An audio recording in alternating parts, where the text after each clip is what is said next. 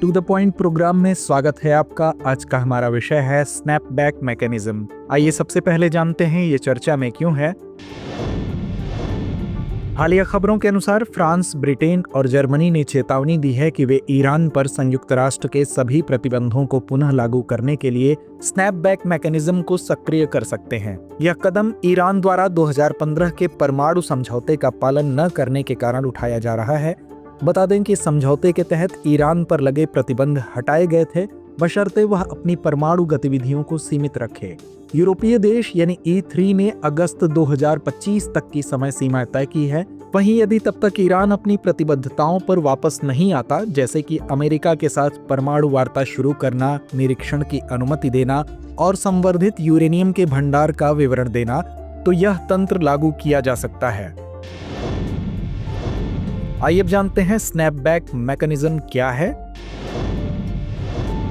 Snapback mechanism संयुक्त व्यापक कार्य योजना यानी कि joint comprehensive plan for action JCPOA 2015 का हिस्सा है, जिसे ईरान के परमाणु कार्यक्रम को नियंत्रित करने के लिए बनाया गया था।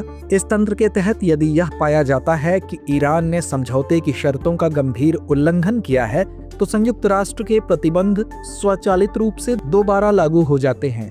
इसकी सबसे महत्वपूर्ण विशेषता यह है कि इसमें प्रतिबंधों को फिर से लागू करने के लिए संयुक्त राष्ट्र सुरक्षा परिषद यानी UNSC के किसी स्थायी सदस्य जैसे रूस और चीन के वीटो का कोई असर नहीं पड़ता। स्नैपबैक मैकेनिज्म कैसे काम करता है? मैकेनिज्म को सक्रिय करना यह तब शुरू होता है जब समझौते में शामिल एक या अधिक देश संयुक्त राष्ट्र महासचिव और सुरक्षा परिषद अध्यक्ष को ईरान की गंभीर असफलता के बारे में सूचित करते हैं। वहीं इसमें तय सीमा से अधिक यूरेनियम संवर्धन करना या अंतर्राष्ट्रीय निरीक्षणों की अनुमति न देना शामिल हो सकता है।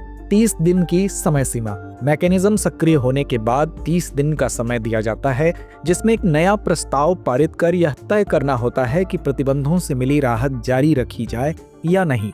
बता दें कि यदि 30 दिनों में कोई समझौता नहीं होता, तो सभी पूर्व समझौता प्रतिबंध स्वतः स्नैपबैक हो जाते हैं, यानी बिना किसी नए वोट के लागू हो जाते हैं। वीटो क्यों बेअसर है? इस मैकेनिज्म की खासियत यह है कि किसी भी देश का वीटो इन प्रतिबंधों को रोक नहीं सकता। इसे इस तरह से डिजाइन किया गया है कि उल्लंघन की स्थिति में बिना लंबी वार्ताओं के तुरंत कार्रवाई हो सके। ईरान की स्थिति। ईरान ने यूरोपीय प्रस्ताव को खारिज कर दिया है और कहा है कि उसे अपने परमाणु कार्यक्रम का विस्तार करने का अधिकार है, क्योंकि अमेरिका 2018 में इस समझौते से बाहर हो गया था।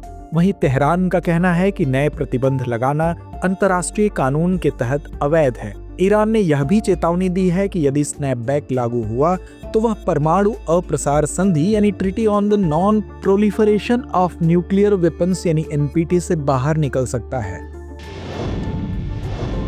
तो आइए अंत में नोट करते हैं आज का अभ्यास प्रश्न। संयुक्त व्यापक कार्य योजना यानी कि joint comprehensive plan of action के संदर्भ में निम्नलिखित कथनों पर विचार कीजिए। पहला, JCPOA ईरान और अमेरिका, ब्रिटेन, चीन, फ्रांस, रूस तथा जर्मनी के बीच हुआ था। दूसरा, अमेरिका ने 2020 में JCPOA से बाहर निकलने की घोषणा की थी। उपर्युक्त में से कौन सा या कौन से कथन सही है या हैं? विकल्प A केवल 1, विकल्प B केवल 2, विकल्प C 1 और 2 दोनों, या विकल्प D ना तो 1 ना ही 2। तो इस प्रश्न का जवाब कमेंट बॉक्स में देना ना भूलें। धन्यवाद।